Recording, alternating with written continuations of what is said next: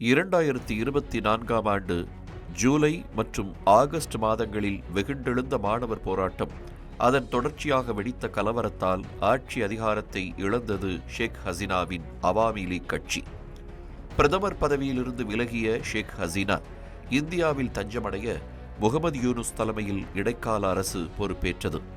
இந்தியாவுக்கு எதிரான நிலைப்பாட்டை கொண்ட முகமது யூனுஸ் பொறுப்பேற்ற கையோடு ஷேக் ஹசீனாவின் அவாமி லீக் கட்சிக்கு தடை விதித்தார்.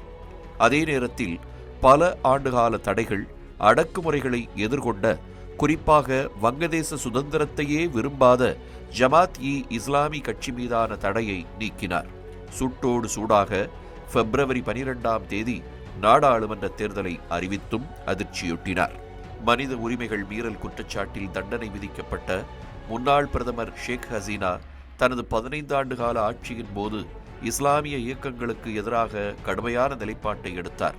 அவரது பதவிக்காலத்தில் போர்க்குற்றங்களுக்காக பல உயர் இஸ்லாமிய தலைவர்களுக்கு மரண தண்டனை விதிக்கப்பட்டது. பலர் தூக்கிலிடப்பட்டனர்.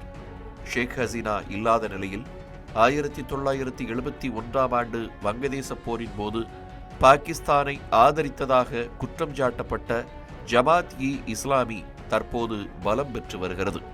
ஆயிரக்கணக்கான இஸ்லாமிய பள்ளிகள் மற்றும் முஸ்லீம் அமைப்புகளின் செல்வாக்குமிக்க கூட்டணியான ஹெஃபாசத்-இ-இஸ்லாம் வங்கதேசத்தில் ஒரு சக்தி வாய்ந்த அடிமட்ட அழுத்த குழுவாக செயல்படுகிறது.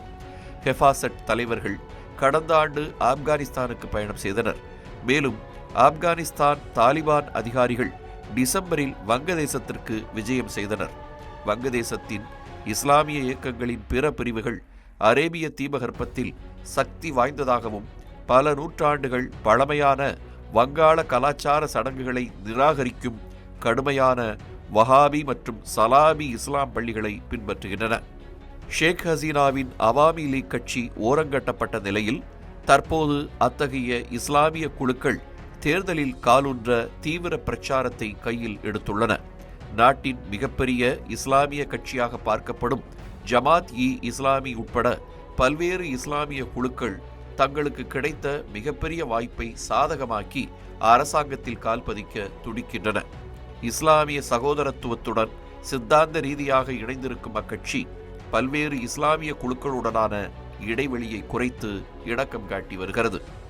2024ஆம் ஆண்டு புரட்சியை ஏற்படுத்திய மாணவர் தலைவர்களால் உருவாக்கப்பட்ட தேசிய குடிமக்கள் கட்சியுடன் ஜமாத் கூட்டணி வைத்துள்ளது. அது மட்டுமன்றி பெண் வேட்பாளர்களை தவிர்த்து ஆண் வேட்பாளர்களை மட்டுமே முன்னிறுத்தியிருக்கிறது.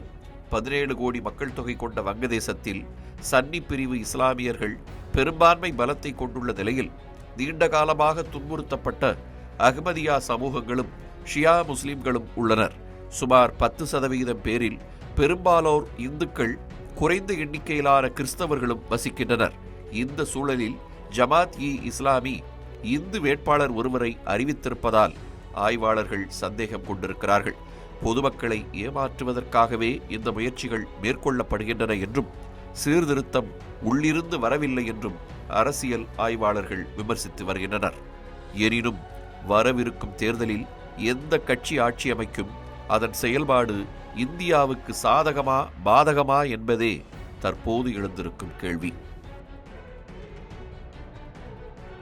இந்த பண்டிகை நாட்களை முன்னிட்டு வில்லா மனைகளை முன்பதிவு செய்து ஸ்டாம்ப் டியூட்டியில் 50% வரை தள்ளுபடி பெறுங்கள். Premium villa plots across Tamil Nadu from 4.5 lakhs to 3 crores.